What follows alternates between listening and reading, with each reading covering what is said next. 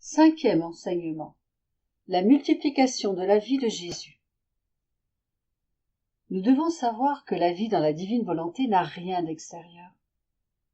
Ce n'est pas parce que l'on vit dans la divine volonté que les gens vont voir des choses extérieures à notre personne. Parce qu'en réalité, c'est une vie intérieure. C'est un travail intérieur. En fait, ce que veut nous faire comprendre Jésus, c'est de ne pas rester au niveau matériel, mais de nous élever au niveau spirituel. Depuis ce matin, nous avons vu ce que Jésus fait en nous lorsque l'on communie. Nous allons prendre l'exemple d'un évangile que souvent nous interprétons d'une façon purement matérielle. C'est le cas de la multiplication des pains. C'est l'épisode où l'évangéliste nous parle du miracle de la multiplication des pains. Eh bien, on reste dans l'attitude d'être émerveillé.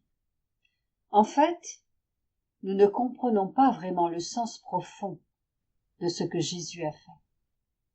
Quand successivement ils vont suivre Jésus, Jésus leur dit, Jean 6, 26-27, « Vous me cherchez parce que vous avez mangé du pain.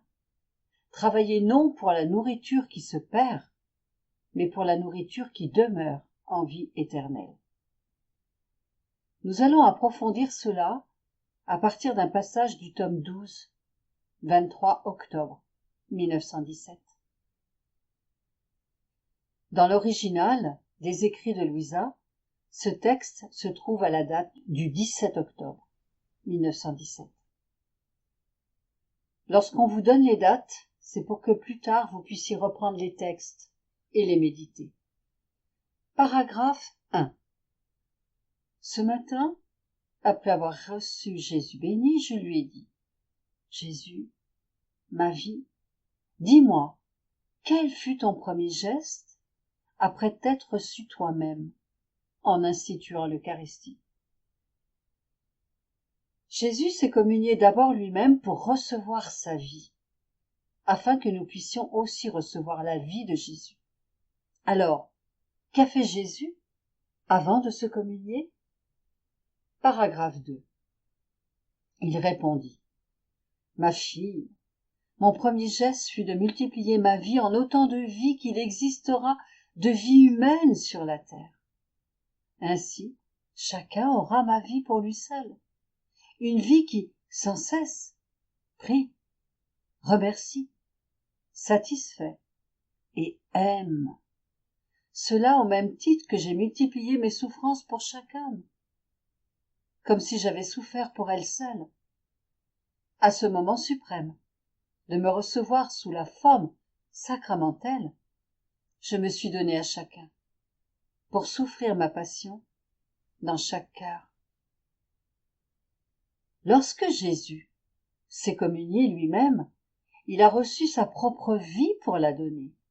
Ensuite, pour la multiplier, pas seulement une fois, mais pour toutes les vies humaines de tous les temps.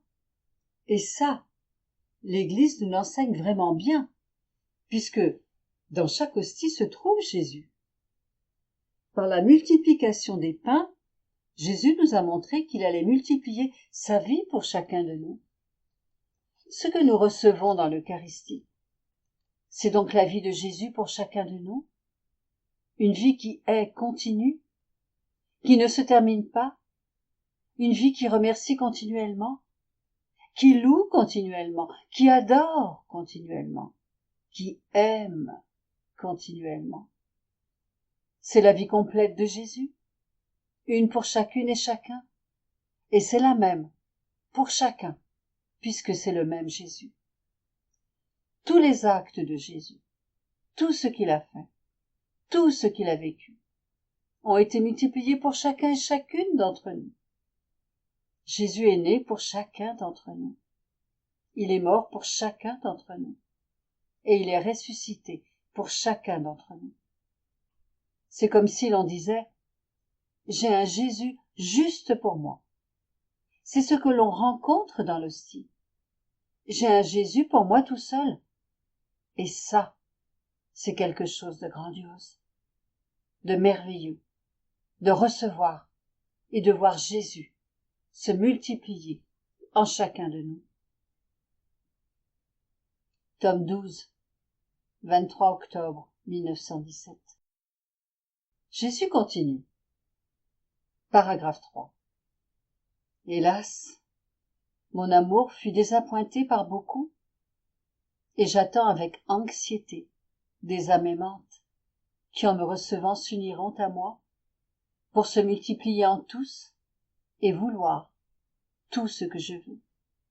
Je recevrai de ces âmes ce que les autres ne me donnent pas, et j'aurai le contentement d'avoir des âmes conformes à mes désirs et à ma volonté.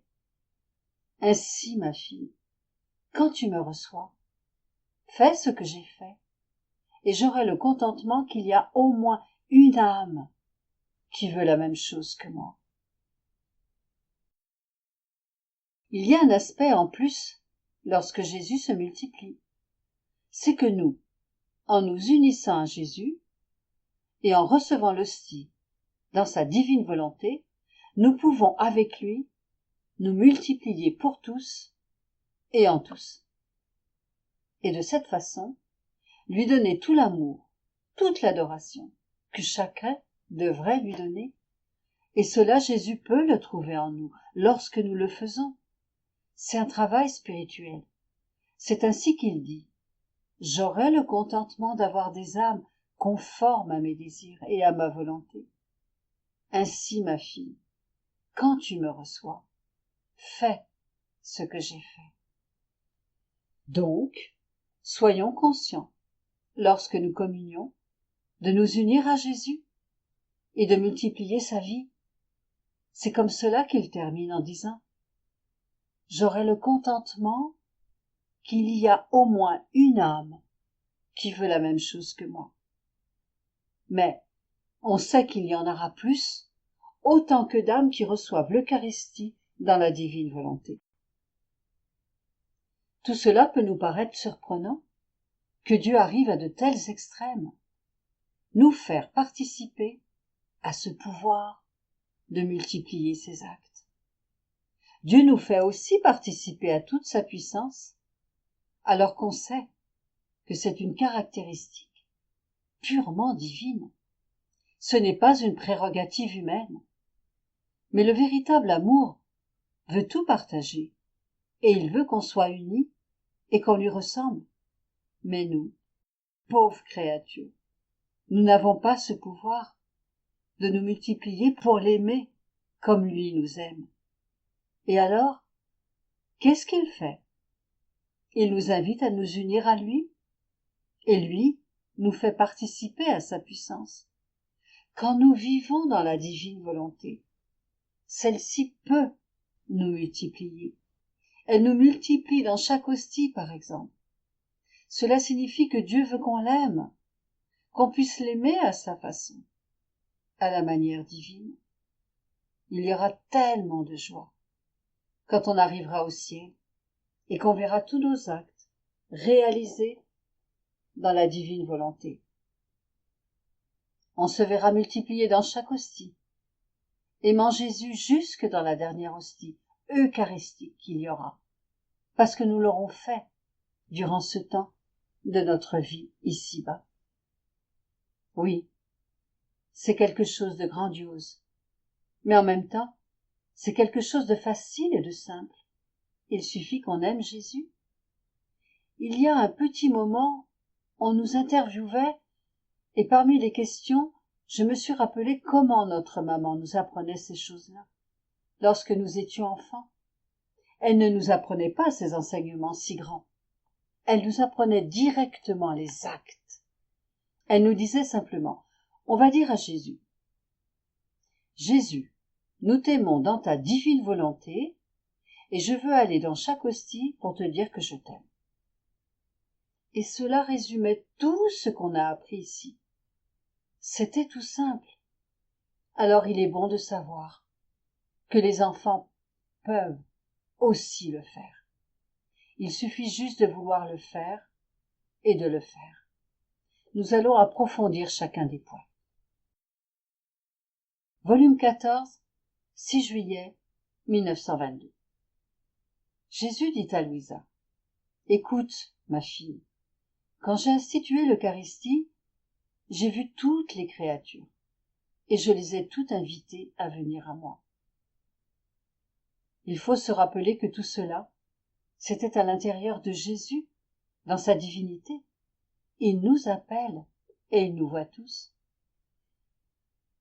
J'ai vu toutes les générations, du premier homme jusqu'au dernier, afin que je puisse offrir à tous ma vie sacramentelle, et cela, non seulement une fois, mais autant de fois qu'ils auront besoin de nourriture. Je désirais être la nourriture de leur âme, mais j'ai été très déçue quand j'ai réalisé que ma vie sacramentelle était reçue avec indifférence, négligence, et même en me donnant la mort. J'ai éprouvé l'horreur de ces morts, souvent répétitives. Dans ce moment-là, avec son omniscience, Jésus nous a non seulement vus tous, mais il a aussi vu tous les sacrilèges, tous les manques de respect, et il a souffert à ce moment-là en continuant de rester dans l'Eucharistie. Malgré cela, il reste heureux, car il nous dit: « Par la suite, m'étant ravisé, j'ai fait appel au pouvoir de ma volonté, et j'ai appelé autour de moi les âmes qui allaient vivre dans ma volonté. Oh, comme je me suis alors senti heureux, entouré de ces âmes que le pouvoir de ma volonté avait absorbées et dont le centre de vie était ma volonté. » Et c'est là qu'il a reçu la réparation et le contentement de voir toutes ces âmes auprès de lui. Donc, c'est quelque chose de réel. Jésus a bien vu tout cela, même s'il nous semble que nous sommes en 2025 et que cela s'est passé il y a 2000 ans. Humainement, cela est déjà passé et se fera encore.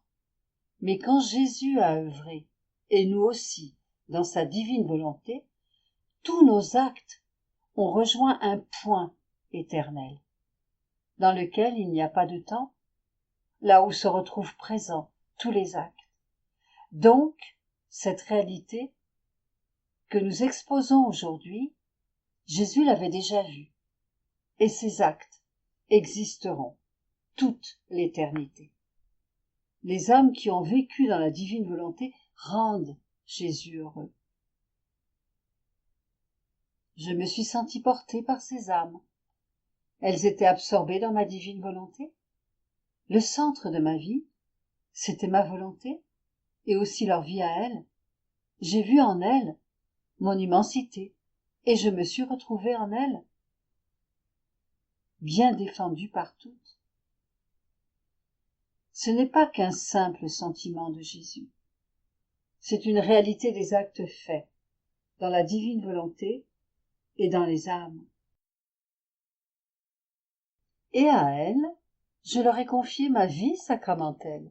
Je l'ai déposée en elles, non pas juste pour qu'elles me surveillent et prennent soin de moi, mais pour qu'elles me correspondent avec une vie à elles dans chaque hostie consacrée. Une chose nouvelle, que les âmes qui vivent dans la divine volonté puissent donner à Jésus ce que les autres âmes ne lui donnent pas pour sa vie sacramentelle. À partir du moment où Jésus institue l'Eucharistie, tout ce qui se passe, toutes les vies qu'il y a dans les hosties, il les dépose en chacune de ces âmes comme un cadeau, un grand don pour que toutes prennent soin de lui durant toute sa vie sacramentelle. La première à agir ainsi, c'est Louisa, et après elle, tous ceux qui veulent correspondre à ce don immense de Dieu. Oh, comme j'ai exulté en te voyant toi, la première, d'une manière spéciale. Je t'ai appelé pour te donner des vies dans ma volonté. J'ai fait en toi le premier dépôt de toutes mes vies sacramentelles, et je t'ai confié à la puissance et à la suprématie de mon vouloir suprême pour que tu sois capable de recevoir ce dépôt, ce cadeau. Si Jésus ne nous avait pas fait le cadeau de tous ces actes préparés, nous n'aurions pu recevoir toutes les vies de Jésus dans l'Eucharistie. Maintenant, dans la divine volonté, nous pouvons le faire, et c'est immense. Depuis, tu m'as été présente, et je t'ai constitué dépositaire de ma vie sacramentelle, et par toi, toutes les âmes qui vivront dans ma volonté. Donc, vous tous, qui avez fait la consécration, ou le désir de vivre dans la divine volonté, vous pouvez être sûrs que vous étiez à la dernière scène pour recevoir ce dépôt. Et ceux qui ne l'ont pas fait, eh bien, à ce moment-là, Jésus le faisait pour eux. Je t'ai donné la primauté sur tout. Ce sont ces phrases qui peuvent parfois être mal interprétées. Parce qu'on peut dire, bon, quelle primauté a le pape? Là, on parle de l'autorité du pape. Jésus parle du premier moment dans sa vie sacramentelle. Ce sont les premiers qu'il a vus, les premiers à qui il a donné ce dépôt dans sa vie sacramentelle. Juste ceux qui ont vécu dans sa volonté. Je t'ai donné primauté sur toutes ces personnes, justement parce que ma volonté est au-dessus de tout, même des apôtres et des prêtres. Jésus explique pourquoi. Il est vrai qu'ils me consacrent, mais souvent leur vie ne reste pas intimement liée à la mienne. Et qui plus est, ils m'abandonnent, m'oublient et ne prennent pas soin de ma présence. Mais les âmes qui vivent dans ma volonté sont des vies dans ma propre vie. Par conséquent, elles sont inséparables de moi. Voilà pourquoi je t'aime tant. Ils restent à l'extérieur. Il faut faire ce que Jésus fait dans sa divine volonté intérieurement. Et il faudrait qu'ils puissent voir comment tout cela peut les enrichir, eux, les prêtres, pour qu'ils fassent ces actes-là au moment où ils consacrent. À nous les prêtres, on nous apprend qu'il faut avoir l'intention de consacrer à chaque messe. Mais on ne nous apprend pas qu'il faut avoir la même intention que Jésus en unifiant notre volonté à celle de Jésus. Et aussi pour nous les fidèles, cela nous apprend comment vivre notre sacerdoce commun qui nous vient du baptême et qui est différent du sacerdoce ministériel. Parce que, même si les prêtres consacrent, ils ne restent pas toujours unis à Jésus. Chaque prêtre doit avoir cette intention de multiplier Jésus et d'aller avec chaque hostie auprès des âmes. Non pas simplement donner l'hostie en les laissant eux à l'extérieur, mais en accompagnant cette même hostie et en continuant à aimer Jésus dans chaque hostie donnée. C'est pour cela que c'est le prêtre qui donne la communion. Il ne s'agit pas du ministre laïque qui administre la communion. Le prêtre doit d'abord lui donner la communion avant qu'il la distribue aux autres. En plus, il me laisse seul. Ici, Jésus parle des prêtres qui ne restent pas unis à lui. Il me laisse seul, oublié, et ils ne prennent pas soin de moi. Dans la juste façon de faire, ces âmes-là auraient été vie dans la même vie et inséparables de moi. C'est pour cela que je t'aime autant, et c'est mon propre vouloir que j'aime en toi. Et après Louisa, on arrive à la Sainte Vierge. Elle a été la première à vivre dans la divine volonté, avant Louisa. Il y a un autre chapitre qui va expliquer tout cela. Volume 21, 16 avril 1927. Louisa était en train de méditer l'heure de la Passion lorsque Jésus institua la très sainte Eucharistie et il lui dit : « Ma fille, lorsque j'accomplis un acte, je commence par regarder s'il existe une créature en qui je peux déposer cet acte. quelqu'un capable de prendre le bien que je fais, de veiller sur lui et de le protéger. Lorsque j'ai institué le Saint-Sacrement, j'ai cherché une créature et ma reine-mère s'est offerte pour recevoir cet acte. Jésus avait déjà appris à Louisa beaucoup de choses sur la Sainte Vierge à cette époque-là. Elle avait vécu toute sa vie dans la divine volonté et, à partir de l'incarnation, comme elle avait la même volonté que Jésus, tout ce que Jésus faisait et souffrait, elle aussi le vivait et nous voyait en esprit. Elle faisait tout avec Jésus, dans son amour maternel. Tout cela depuis l'incarnation, depuis les 9 mois de sa grossesse. Elle a été inséparable de Jésus. C'est la même chose durant la vie publique de Jésus. Elle ne le voyait pas extérieurement, mais comme elle avait la même volonté, ils étaient inséparables spirituellement, et elle voyait ce que Jésus faisait dans la divine volonté. Elle continuait à jouer son rôle de mère dans chaque acte de Jésus. Ceci est bien expliqué lors de l'institution de l'Eucharistie. J'ai cherché une créature dans laquelle je pouvais déposer mon acte. Sa maman a vu qu'il cherchait cette créature, et immédiatement elle s'est offerte pour recevoir cet acte de Jésus et le dépôt de ce grand don en disant : « Mon fils, si je t'ai offert mon sein pour veiller sur toi et te défendre, je t'offre maintenant mon cœur maternel pour recevoir ce grand dépôt. Je dispose autour de ta vie sacramentelle mes affections, les battements de mon cœur, mon amour, mes pensées et mon être tout entier pour te défendre, t'accompagner, t'aimer et te faire réparation. Je m'engage à te récompenser pour le don que tu nous fais. Confie-toi à ta mère et je veillerai à défendre ta vie sacramentelle. » Avec son amour maternel, Marie a tout fait avec Jésus. Elle a concouru à tout. Elle s'est multipliée dans chaque hostie. Elle l'a fait la première. Cela fait partie de sa soumission maternelle. Confie-toi à ta mère, et je veillerai à défendre ta vie sacramentelle. Et puisque tu m'as constituée reine de toute la création, j'ai le droit de disposer autour de toi toute la lumière du soleil pour te rendre hommage et adoration.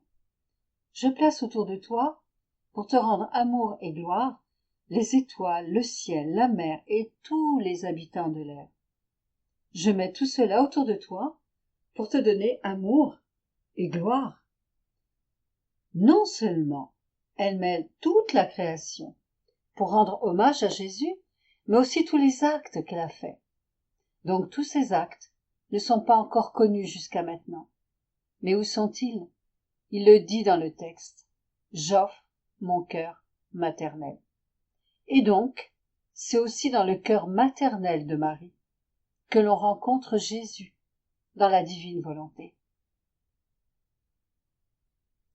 Assurée de savoir où placer le grand dépôt de ma vie sacramentelle, et faisant confiance à ma mère, qui m'avait donné toutes les preuves de sa fidélité, j'instituai le très saint sacrement. Elle était la seule créature digne d'en avoir la garde, de le défendre et de faire réparation pour mon acte. Tu vois donc que lorsque les créatures me reçoivent, je descends en elles, accompagnée des actes inséparables de ma mère. C'est uniquement à cause de cela que je peux supporter ma vie sacramentelle.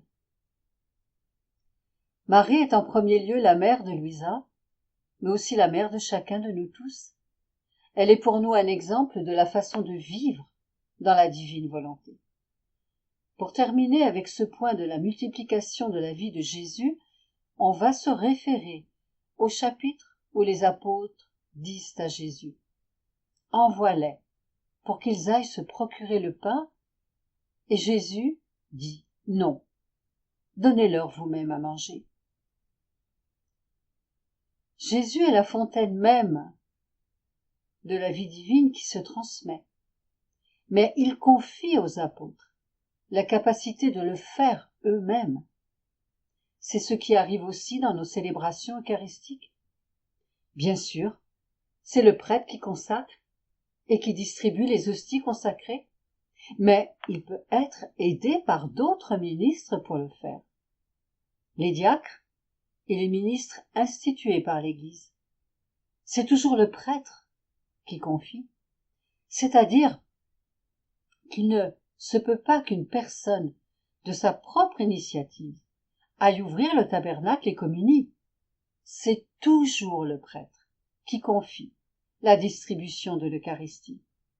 Là, il me vient un chapitre de différents volumes, dans lequel Louisa dit qu'elle sentait une âme du purgatoire, qui un jour n'avait pas communié respectueusement, et donc elle ne communiait pas parce qu'elle avait toujours une excuse pour ne pas le faire.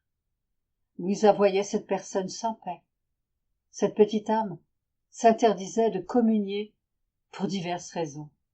Des peurs, des scrupules, comme si elle n'avait pas ce qu'il fallait pour communier.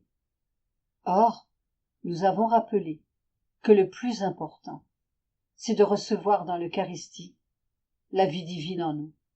La manière est secondaire. Le principal, c'est que Jésus veut venir en nous et que nous le recevions dans sa divine volonté.